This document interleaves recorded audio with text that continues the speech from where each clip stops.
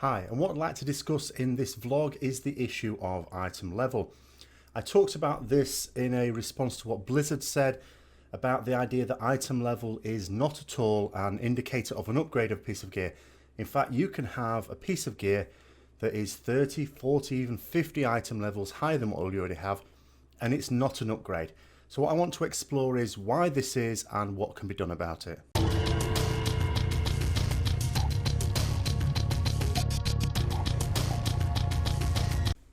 So ultimately, at its heart, what is the problem? Why is item level, where you're getting a lot more stats, not a straight up upgrade? Because surely all of the stats are of some benefit, and yes, they are. All of them will help you out in some way. So what's the problem? The problem is that sometimes the stat weights diverge so much. It's not just, it would be easy if, say, for example, haste, versatility, mastery, and crit had a bit of an order. Maybe mastery was better than the others, or haste was better than the others, but all of the others weren't that far behind.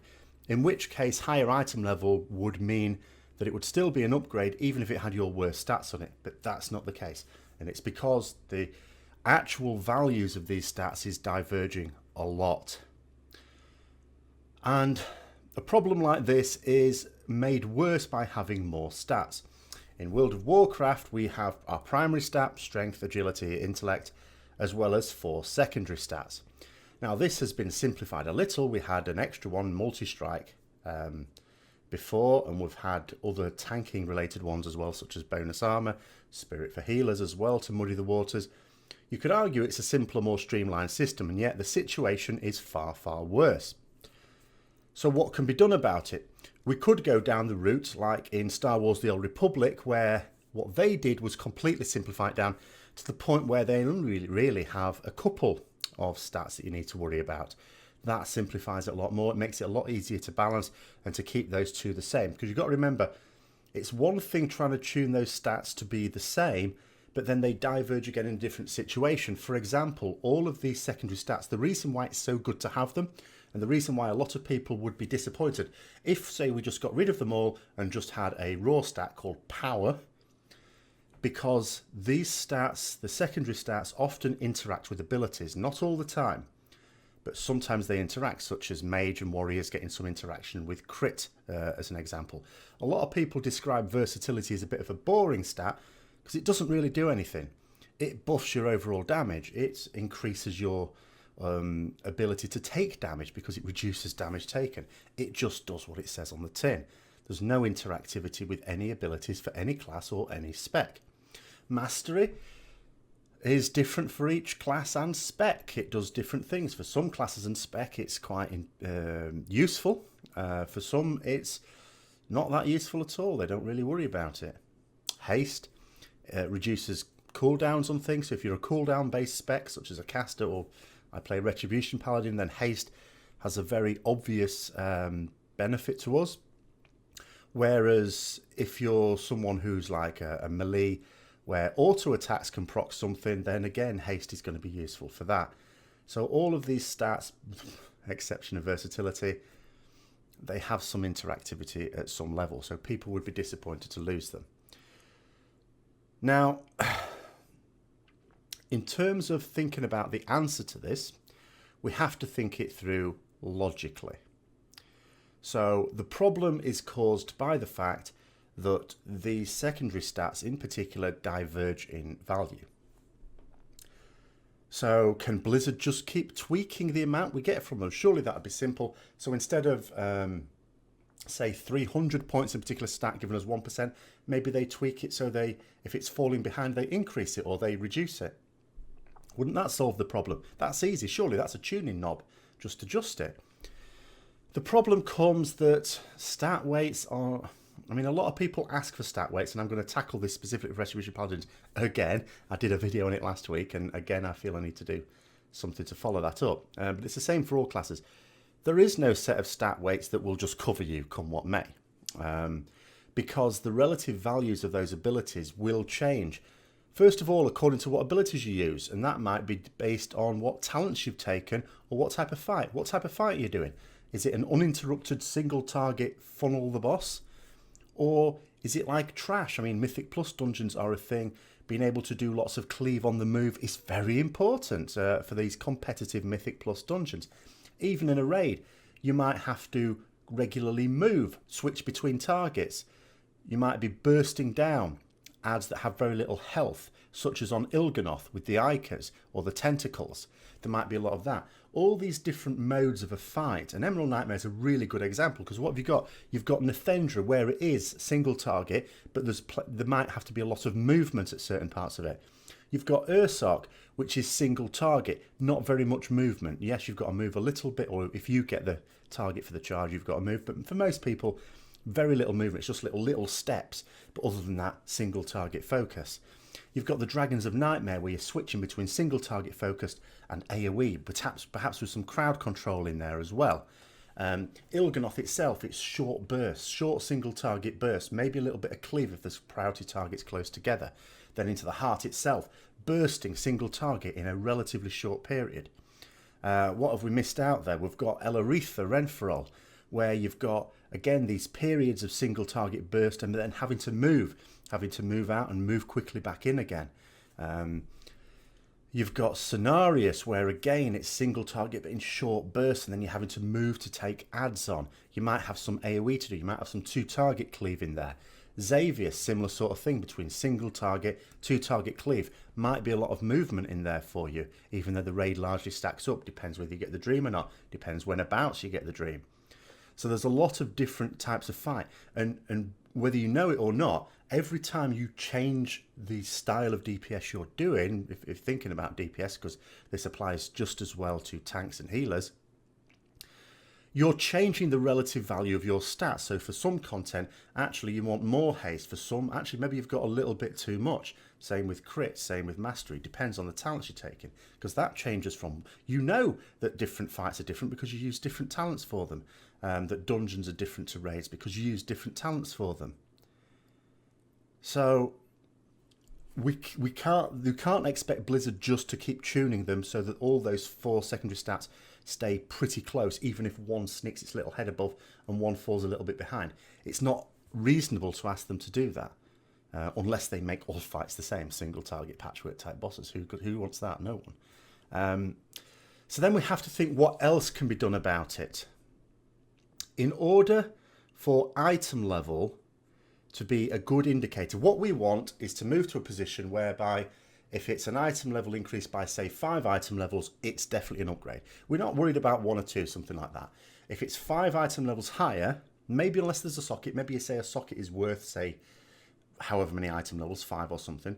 Because all people want to know is it an upgrade? They want that simple information. And most people don't look at things like this. They don't research it. They don't look on the guides. They need the game to tell them, is this an upgrade? The game cannot do that at the moment. But it pretends that it does. This is worse than the game not telling them. They think the game does because they look at item level. It's higher item level, must be better. And that's the intention, but it's not. So what can we do about this? The items have got to have something on it that is more important than those secondary stats. And this is where the primary stat comes into it. Because otherwise, why do we have the primary stat at all? It's pointless. So we have the primary stat of strength, agility, or intellect. Now, the primary stat should be more important than all the secondary stats. And this is where we have the particular problem. Traditionally, the primary stat has been the strongest one. It's been stronger than the secondary ones, which has meant that in previous expansion, item level mostly has been the thing to look at. Again, above about 5 item levels or something.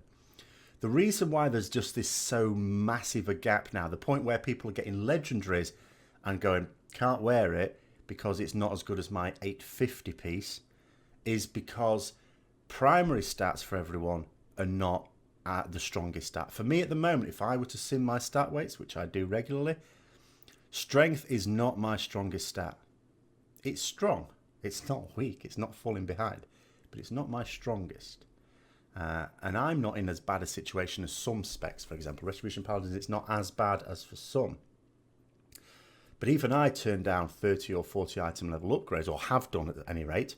So we've got to make the primary stat the strongest. There's no two ways about it.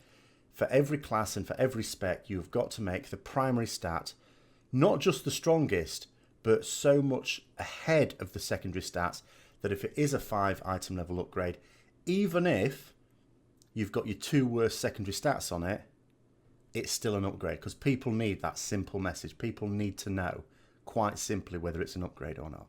Trinkets are a different thing. I'll talk about trinkets in a moment. The other thing that we'll inevitably have to do, again, if we take trinkets out of the equation, is it means the only way to use this system, unless Blizzard want to completely redesign the whole idea of upgrades from the bottom up, if they just want to fit with the current system. So we not only need to make sure that primary stat is stronger than any other secondary stat, and if it's not, they're going to have to remove some of the interactability with that, or interactivity, I should say, with that secondary stat with certain abilities.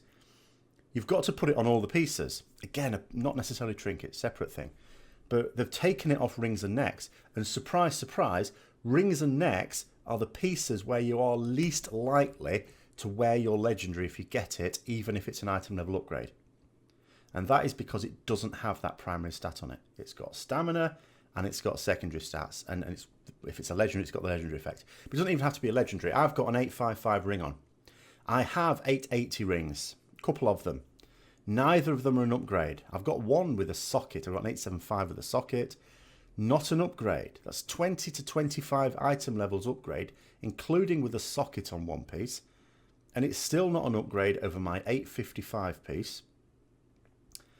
And really, 5, unless it's got the socket, as I say, sockets muddy the waters a little bit, but it shouldn't be that much. If I had a piece with a socket and I got an upgrade that was 10 item levels higher without a socket, say, I should still expect to wear it. That's certainly not the case now. So yeah, the only way to use the current system really is to make sure, first of all, that everything has primary stats on. So I think if Blizzard really want to tackle this, they've got to revert that change. They've got to put primary stats back on rings and necks. But it's not just rings and necks. Remember, we turn our nose up at chests and legs and heads and all sorts. You've also got to make sure that the primary stat is the best stat, is the strongest stat, and by some distance. You know, that in other words, if you've got 2 pieces that are close to the same item level and one has better secondary stats than the other, okay, you'll wear that. So there is a leaning one way. But ultimately, if you've got something that's 5 item levels above what you're currently wearing, you want to be replacing it. Now, when it comes to trinkets, how do we achieve the same thing? Because most trinkets are not like, it's not the stats on them that are the most important thing. Sometimes they don't have stats on at all. It is the effect you get off them. Whether that effect is an on-use effect, whether it's the on-use ones are actually trickier to balance because one of the main problems with trinkets is that multiple classes and specs can use them. Which means that if because at the moment we have a situation where people are complaining that dungeon trinkets are better than some of the Emerald, or in fact most of the Emerald Nightmare trinkets. And not just when they're the same item level, but even when the Emerald Nightmare trinkets are maybe 10 or 20 item levels above the dungeon trinkets, for some of those dungeon trinkets, they're still better for some classes and specs. That's got to be a huge issue. Got to be a huge issue. So, and when it's an on-use one, really hard to balance, because I have an on-use trinket. It's got a 2-minute cooldown. My main DPS cooldown has a 2-minute cooldown. So I can macro those together and get full use out of it. Because the duration of my trinket as well for the on-use effect is slightly over the duration of my DPS cooldown. Fits perfectly. So perfect.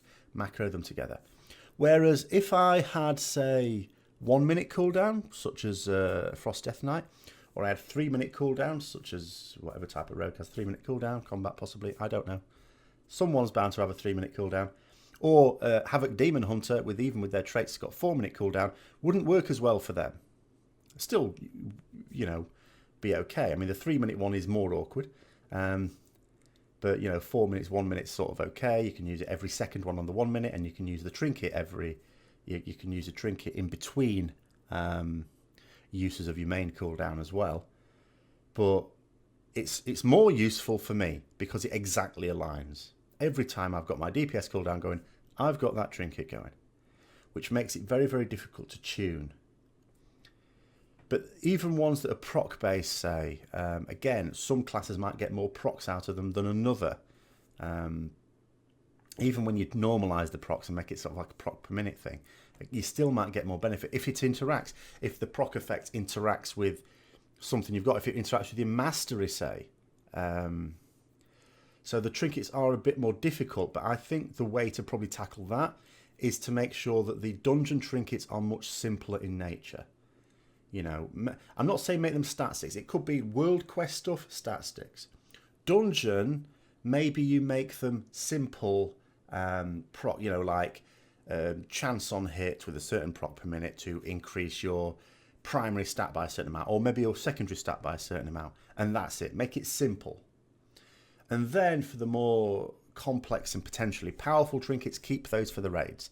And then all you need to do, if the raid trinkets are falling behind the dungeon trinkets, then just up the effect of the raid trinkets or reduce the proc rate of the dungeon trinkets. It'd be a much simpler process then. You'll still have trinkets that are, this particular trinket is better for these specs than this spec, but as long as every spec's got a trinket that's good for them, then that's not such an issue. And that for me is the only way in which they will come back on this, that they will get item level being an upgrade, because the current situation at the moment is not a tuning issue. They cannot tune it.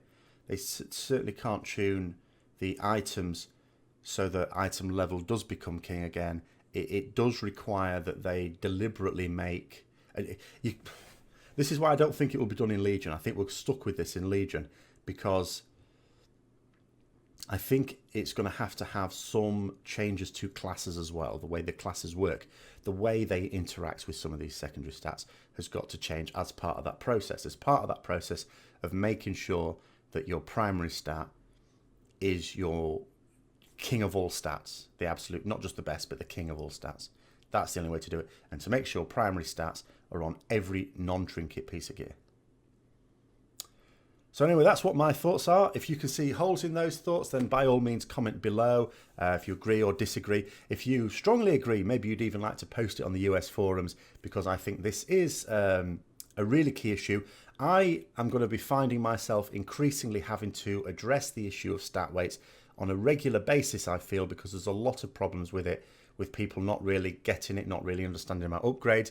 It's questions I'm constantly asked, and it would be a lot better if the game itself provided guidance on that issue. So yeah, I'm not going to post it on the EU forums because what's the point? But the US forums, as we sort of know, do sometimes get listened to. So sure, if anyone wants to post something up there, that'd be great. But if you do disagree and you think I've got some flawed logic in my thinking, post that below. I'd absolutely like to get a discussion going on that. And if you have found it useful and interesting, don't forget to like, subscribe and share, as well as comment. And until next time, I'll see you later.